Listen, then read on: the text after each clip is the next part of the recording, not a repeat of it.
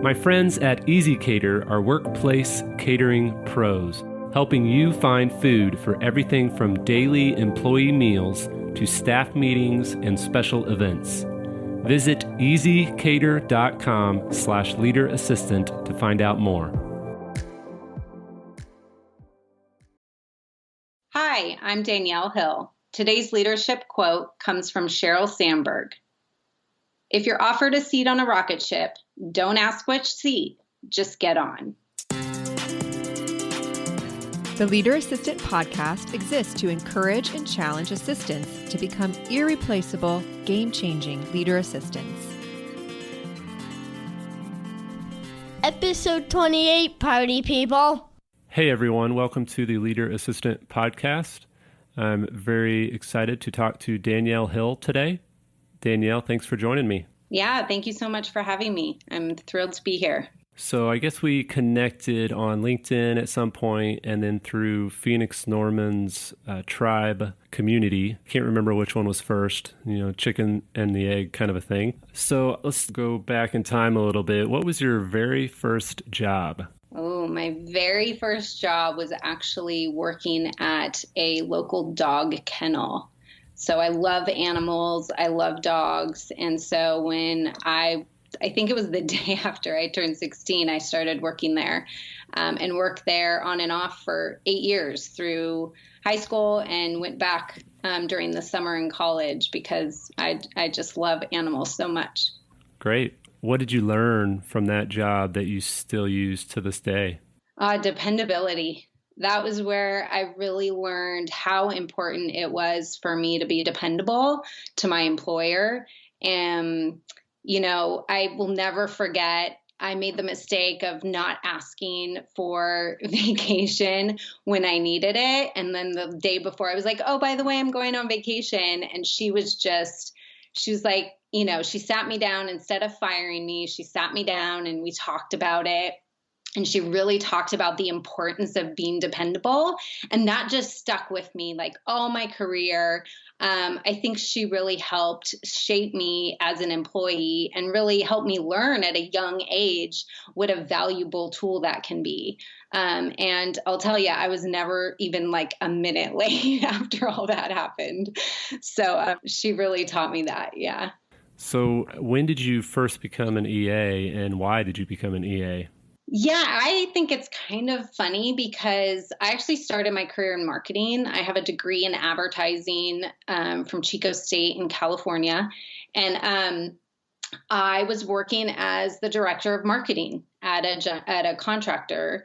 And the CEO, I reported directly into the CEO. And the funny thing was he saw something in me that I didn't even realize yet. And it was just this inherent ability to get stuff done. So instead of me just focusing on marketing, he really wanted me to focus on so many different areas that he actually moved me into an EA role. And from there, I managed a fleet of 300 vehicles. I was in charge of the construction of our 30,000 square foot headquarters. I helped him start his winery. So I even went and became I did wine tasting on weekends. I worked at a little shop on weekends. So I'd learned the business and helped him start his winery. I helped him build his car museum on his property, and really got to be involved in so many different areas of the business and help him grow the business and do so many things that I just fell in love with this role. And ever since then, I love it. And it really has given me insight into business in a way that I wouldn't have expected. And so from there, it just kind of went on. And from there, I went into tech for a little bit and was the EA to the COO at OnLive, who was one of the founders at Pandora. And so, just from there, continued to grow and really learn what type of partnership I wanted. Being able to see the difference between, an executive who kind of just wanted somebody that could get their tea and their coffee and schedule versus when I started working for Tarang Amin, who is the exec that I most recently partnered with. He was a partnership. He wanted someone who could help him be a better executive, help the company grow, and really add value in so many different ways. And that was the type of EA that I wanted to be, and where I was really able to learn and grow in so many ways that I would have never expected. So probably a much longer answer than you expected, but yeah, it's been a fun journey for sure. So do you have any crazy stories? It sounds like, winery, a car museum in the front yard. What are some interesting, crazy, PG-13 stories? Yeah, I definitely have some crazy stories all along. I think one that always sticks out in my head was it was the week before Christmas Eve, so a week before the holidays really kicked off, and I got a call. I want 100 Carhartt jackets embroidered with our ranch logo, and I want them at the ranch by Christmas Eve. And I just thought, what?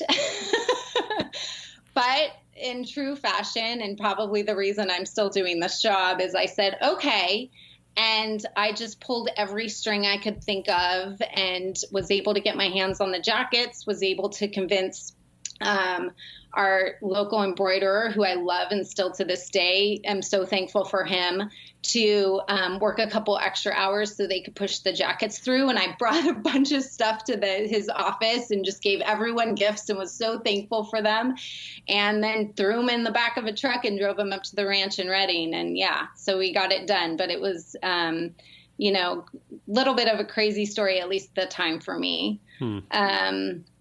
And yeah, things from, making deadlines work that you never expected to be able to make work, all the way to, going through an IPO and being, standing on the podium at the New York Stock Exchange, which is probably one of those things I will never forget and will always cherish. So yeah, it's definitely across the board. There are a lot of stories.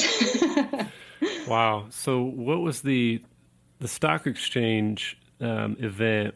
How was that? Like, is it standard for the EA to stand up there, or how did that all come to be? I don't know, because I couldn't tell you if other EAs have stood up there with their companies, but I think, I was actually on maternity leave when my CEO decided they were ready to go public. And he called me and he said, hey, so what do you think? You ready to help us go public? And I was like, yeah, I'll be there tomorrow. And so we spent a year putting together the S1, doing the management presentation, making all the right connections, dotting all the I's and crossing the T's. And when it came down to it, the executive assistant's role in that journey is so huge. You're in charge of the road show. You're, I was the one putting together the management deck. And it's funny because when we were putting together the list for who was going to stand on the podium, he's like, well, aren't you going to be up there with me? And it was like, yeah, absolutely. I'd love to. I was one of the 4 executives basically working on this project, working on us going public. And so it was such an incredible journey that I was so proud to be one of the people that he wanted up there with him. That's great. What's the biggest mistake you made in your career as an assistant, and what did you learn from it? I think I'm constantly making mistakes and learning, even down to things like when you go on the road with your executive and you're at a big conference, and this was, this was after we were public. So we were at a big investor conference, and the hotel is like a maze, and there's meeting rooms everywhere, and you have to get your executives to the right spot. In my mistake, I didn't walk the floor before it was pure chaos, and you couldn't see any sign in the whole place because it was all heads. And so here I am guiding 2 executives, and I have no clue where the room is that we're going. Had I just walked the floor before getting there, I would have known exactly where to go. I would have learned the floor plan of the hotel. And it's such a simple thing, but until you're standing in that moment thinking, oh, what a huge mistake. I cannot believe my executives are counting on me to get them to the right place and I don't know where I'm going was just such an awful feeling. So I'll tell you right now, I will never in my life not walk a floor plan when I'm traveling with my executives. I need to know where the bathroom is, what every room is called, where that room is located. So I never made that mistake again. But yeah, I mean, in the moment, they feel like such big mistakes. But when you step back and you're like, hey, I am so sorry. Here's what I'm going to do next time to make sure this doesn't happen again. You realize like at the end of the day, it's all okay. But in the moment, gosh, they feel like big mistakes, don't they? So yeah, I mean, there's a million small ones like that. And yeah, you just kind of adjust and keep going. So yeah, even down to, wrong numbers in board decks and making, you're doing last minute changes and fixing pages that you're sliding into the binding because the number was wrong. So yeah, I mean, there's definitely bigger mistakes that involve making sure as a public company, you're not releasing the wrong numbers. But yeah, I think you're constantly learning in this role, and that's kind of what makes it so intriguing and fun. So what's something that you would tell an executive to help them work with their assistant better or to get more out of their assistant? Oh, that's a great question. I would say really learn what your executive strengths are. What is it they're really good at? And lean into that. Use them for the things that they really can that they can just master. I think a lot of times executives pigeonhole executive assistants and, you're great at organizing and that's great. And you can conquer a calendar, no problem. But I bet they have a lot of other strengths that you're not even utilizing. So really lean into that and figure out what those strengths are. Are they creative? Are they great with Excel spreadsheets and project management? Are they, there's a million different ways that it could go, but what other ways can you really use your executive assistant that adds value to the company and leans into their strengths and helps them learn and grow? And not only their strengths, but the things that they're interested in doing.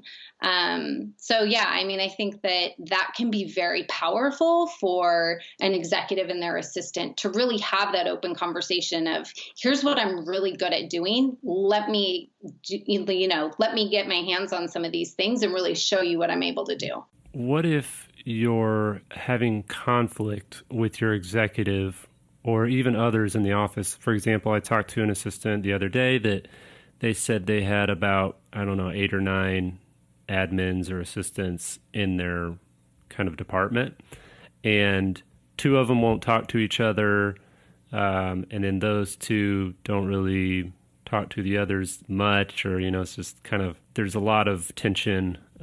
So how do you have any advice for dealing with conflict, whether it's between your boss or other assistants or others in the office? Yeah, I think so. I took the TKI test as part of, we do a lot of high performance teamwork at our company, or at e.l.f. we did a lot of high performance teamwork. And as part of it, they wanted to really learn about how they handle conflict. And I scored as an avoider. I avoid conflict. Well, in my role, you can't avoid conflict. You have to be able to manage up. And really, having difficult conversations with your executive probably happen most days, or at least more days than not. And so I really had to find tools that helped me manage it in a way that didn't make me fearful of the conversation. Oh, I need to go in and have this really, tough talk with my boss. Or like you said, maybe there's conflict between others in the company. How can I help encourage an environment that is open and conflict, diverse, and kind of fosters healthy conflict? Because you do want some conflict. You want people to feel comfortable challenging each other. You don't want it to be, oh, everybody's nice to each other, or we don't really challenge how people are doing things, because the company itself needs to continue to learn and grow. And unless you have some healthy conflict in your company, that's going to be really hard to do. So you want people to feel comfortable challenging each other. So I really kind of went out to find ways of how I could be more comfortable in having these difficult conversations. And a framework that really worked for me was super simple, but really thinking about inquiring first, seeking to understand how the other person is feeling, what they're thinking, how they're viewing something, just opened up so much to me. Like by approaching conversations, by inquiring first, starting it by asking questions, I was able to go into a conversation much more calm, kind of without this like fearful, oh, I have to go in and declare what I think. No, I was just approaching it as, hey, I'd love to get your thoughts on how you thought, so-and-so's reaction was in the meeting, or what did you think of the meeting, or what did you think of the outcome, or what would you have done differently? And just really start to ask people questions. And it's funny because if you ask questions and they kind of start to warm up and open up and start to talk about their own feelings, and you'll get so much information from them and how they're thinking about things, because we all come at different situations with a different background. So we perceive things differently. And a lot of times it's a miscommunication. Oh, she doesn't like me for X and X reason, so I'm just not going to talk to her. Well, if you go and talk to her and say, hey, I was just kind of wondering, do you have, did I do something that upset you? Can we kind of just talk through what might be going on? And I'm not using the exact right questions as I'm talking to you now, but I think a lot of times just by approaching a conversation with a question, you're more comfortable going into the conversation and you're able to really understand the other person's point of view. And if you really listen to that point of view, then you can come at it with more information. You can either change what you're advocating for, or you can kind of be able to address their concerns by, hey, I totally hear what you're saying. Here's kind of what I was thinking. Let's just talk through it. And so I think in a lot of ways, you either find out it was a complete misunderstanding, or you're able to just sympathize with the person a little bit more and maybe help them deal with a conflict that they're dealing with on their end. And you can work through it together versus it being one versus the other. Okay, that was super long-winded, so I'll pause for a minute.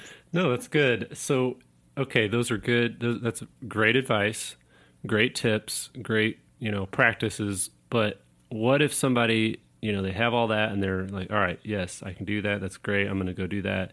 But they get paralyzed by fear and they just don't have the confidence to take that action. So maybe they know what to do now, but they're really struggling to get over the hump of taking the action and asking those questions and addressing those issues.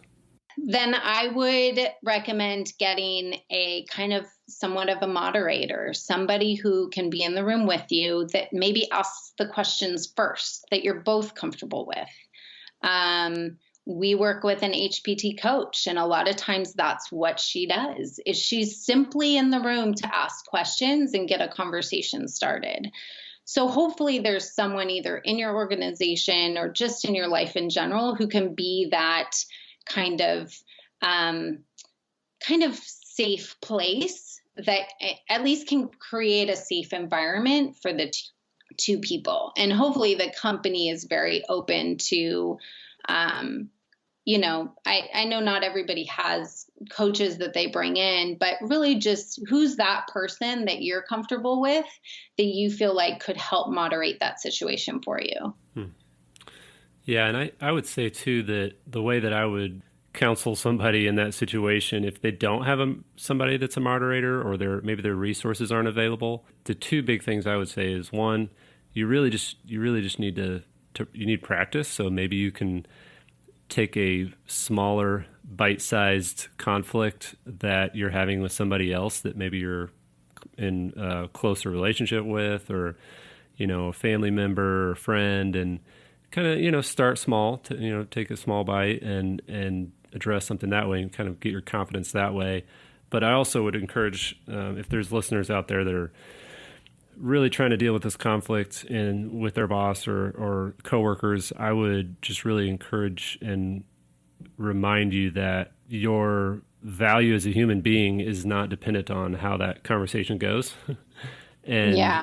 so, it's tough to remember that. And there's a lot in some of these conversations, there might be a lot at stake. But if you go into it just reminding yourself, listen, if I totally bomb this and I totally say the wrong things or whatever, there's, like I said, there could be some high stakes. You could lose your job. There could be some big things, but you're not a less valuable person because of it, no matter what happens. Yeah, definitely. I think both of those are excellent. And a good reminder, I think, it's good to remind us that it's okay to feel uncomfortable about this. Mm-hmm. It's okay. Your feelings are completely normal. So yeah, I think that's great advice. You talked before about, and I've actually heard this kind of going around in the EA world, is this idea of getting a seat at the table. I think you mentioned you had some interesting framework just a framework, I guess, for tips on how to grab a seat at the table if you're an assistant. So can you just kind of quickly talk about what do you think it means to grab a seat or get a seat at the table, and then your thoughts on how to do that? Yeah. So for me in my career, getting a seat at the table was really being part of our executive team, and not as the person who attends meetings and takes notes and reports back on action items, but as a card-carrying member, as somebody who was responsible for contributing, really being a part of the executive team. I actually sat down with my executive and we kind of brainstormed, like, how did I get here? How did we really get to this point of you seeing the value in my role and the value in me to put me on your executive team? And so what we kind of found was it was this, my story kind of happened in this specific order, but I think all of these things can happen on their own time and kind of however it works for each individual. But for me, it really started with identifying my strengths, kind of what I mentioned before. And again, this was outside of the core. I think once you've mastered the core of the job, you're a calendaring wizard. You can book travel in your sleep. You know how to get that restaurant reservation that nobody else can get. Once you've mastered that, you've really built an enormous amount of trust with your executive. So from there, where can you identify your strengths and really lean into other opportunities to add value to your company? For me, it was that I was a creative, but I wasn't a graphic designer. In fact, I tried and failed twice, and that's a completely different story. But I had this ability to visually communicate a message. So whether that was our growth strategy, whether it was management presentations, whatever it was that I was communicating either throughout the company, internally, externally, whatever it might be, I was really good at telling a story visually.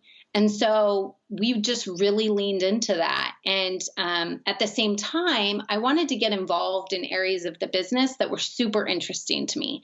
So I had always been intrigued by mergers and acquisitions. And so when we were at Shift Nutrition and we were looking to acquire Airborne, I wanted to be involved. I didn't care what I was doing. I was going to raise my hand for it.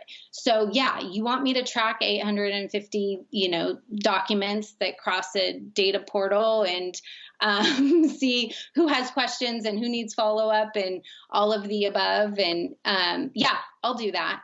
So it was really about kind of identifying these strengths that I had, getting involved in the areas of the business that were really interesting to me. And what happened was the two merged. So then when it came time for us to sell Shift Nutrition, a public company, so highly confidential, there were only 4 of us in the company that knew about this potential acquisition, and they brought me in. But it wasn't just to schedule. They could have done that without bringing me under the tent. It was to help tell our story.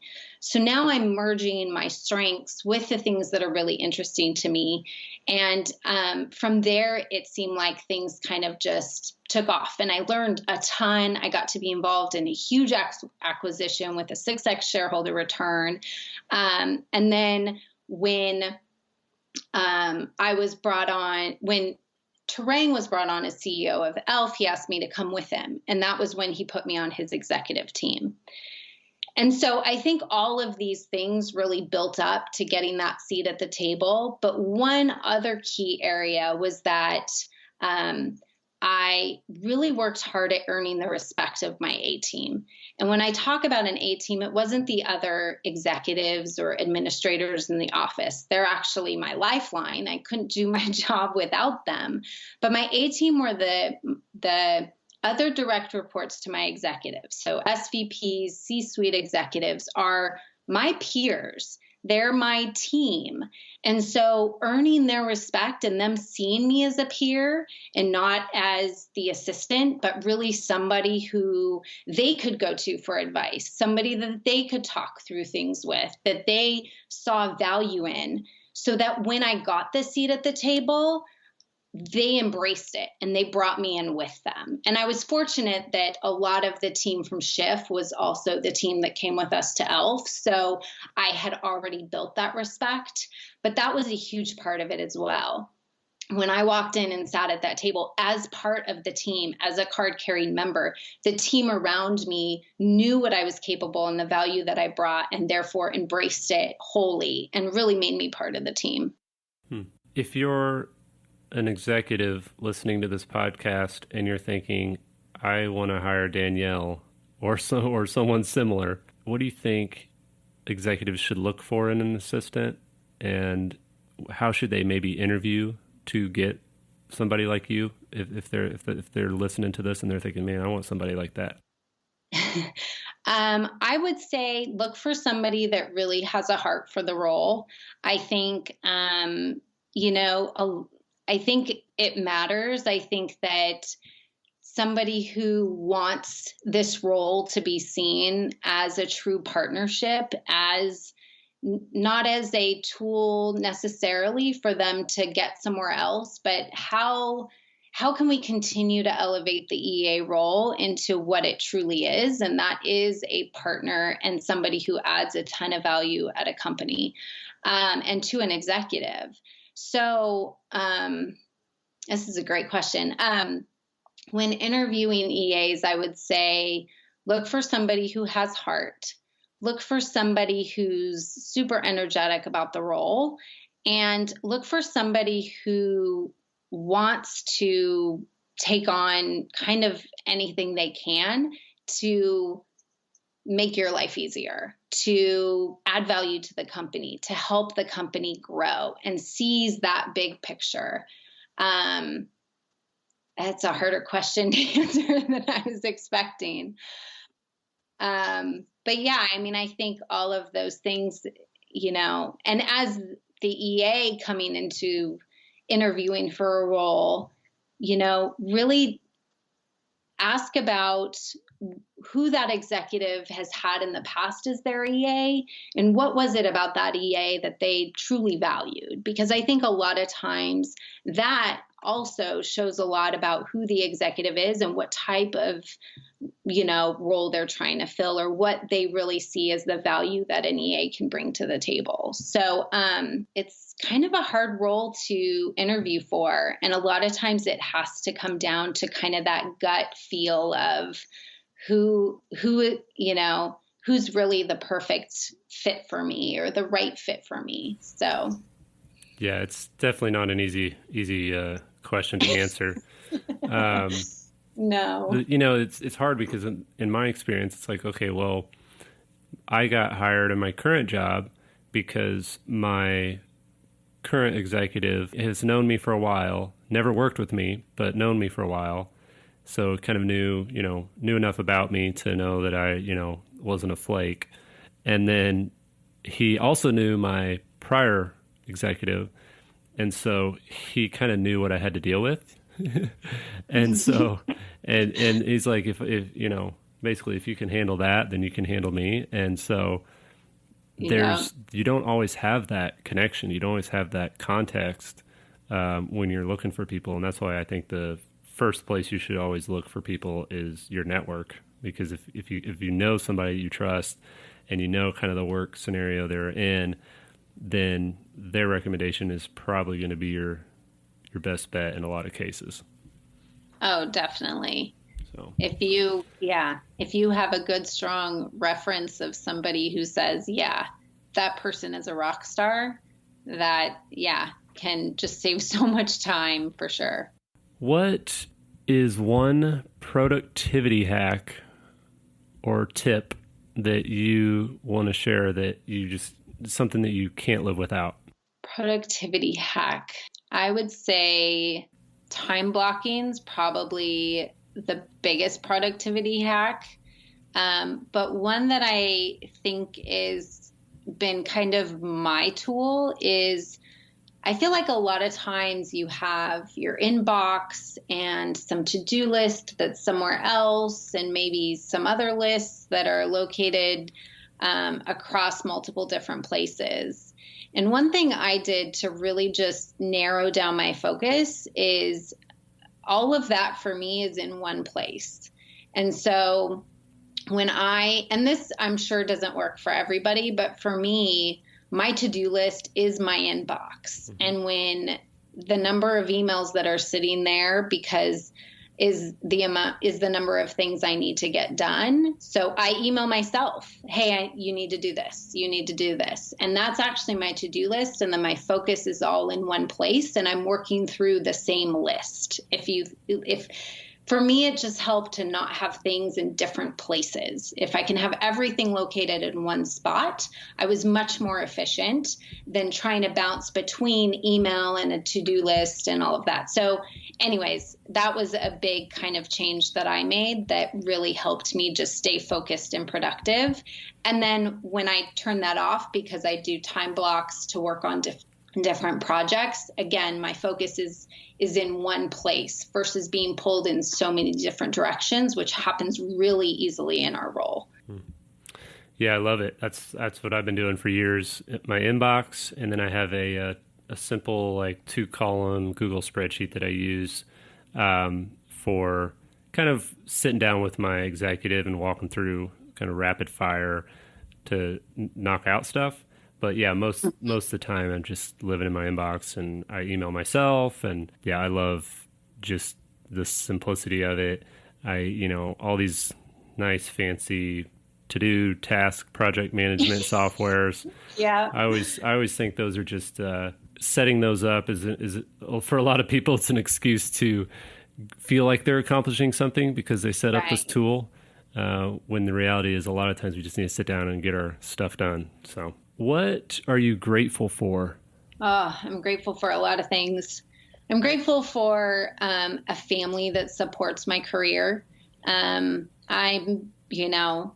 will always be career focused and I will always want to continue to push every angle that I can. And I'm very fortunate to have a family that is supportive of that and empowering. For me to be able to go, really do that. I am grateful to have worked for somebody who helped me identify my strengths and see the potential in this role. And, I think Terang has just given me so many opportunities to learn and grow that I will always be grateful for that. And the list can go on, but I'll kind of leave it at those two. That's awesome. What's one book or resource that you would recommend all assistants check out? Oh, a book or resource. Well, I just got The Founder and the Force Multiplier, so I have to read that one still. I just interviewed Hallie, so we'll... oh, you did? Oh, that's great. I'm glad you didn't read it and have a lot of negative things to say. No, I'm super excited to read it.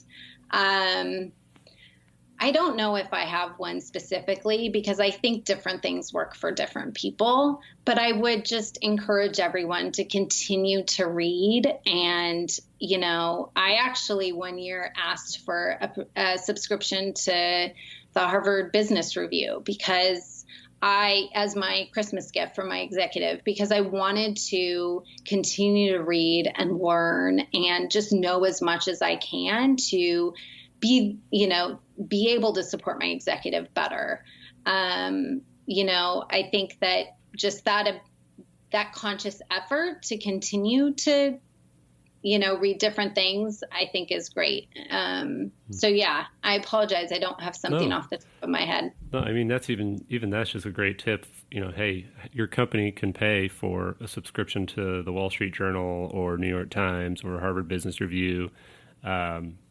Whatever it is, or a couple books. There's now subscription book services where you can get like leadership books mailed to you every month. And, why not ask your company to pay for that for your development? Yeah, I like the Harvard Business Review idea. I try to read a variety of things, but then I also try to read whatever my executive is reading. I just like to follow the same articles, or if I notice that he's, saved an article or something, I like to go read it so that I'm kind of in his head a little bit better. Yeah, definitely. Especially when it comes to culture and things like that, if you're, both reading, and now I'm going blank on the name of the book, but yeah, if you're both reading the same book on culture, then you can have a deep conversation about the company and if the culture there is what you really intended it to be and all of those things. So yeah, I think that's great advice. Read the same thing that your exec is reading and recommend books for him or her as well. Yeah. So if you could snap your fingers and instantly give all assistants more of something, what would it be? I would give everybody more confidence to just go out there and be your amazing self and get the, raise that you deserve and not be afraid to have that conversation and really just be able to talk to other executives in your company as a peer. I would love to give everybody more confidence because I think the more we show up as confident contributors to our company, the more our position just continues to elevate. Love it. Perfect way to end the episode. Well, thanks so much, Danielle, for joining me and sharing a little bit of your story and a little bit of your advice from your experience. It sounds like you've had an amazing career and exciting future ahead of you.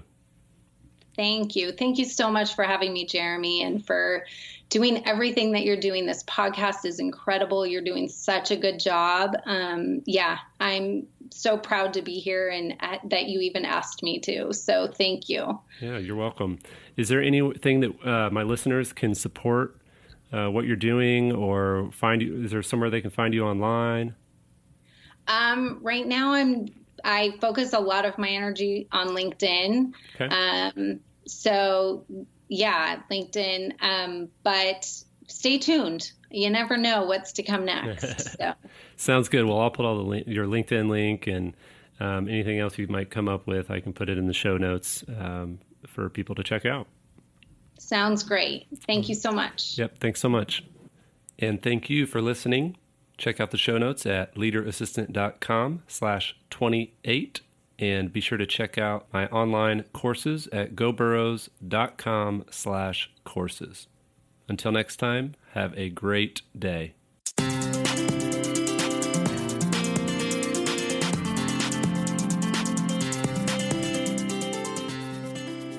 Help my dad out and leave a review on iTunes. GoBurrows.com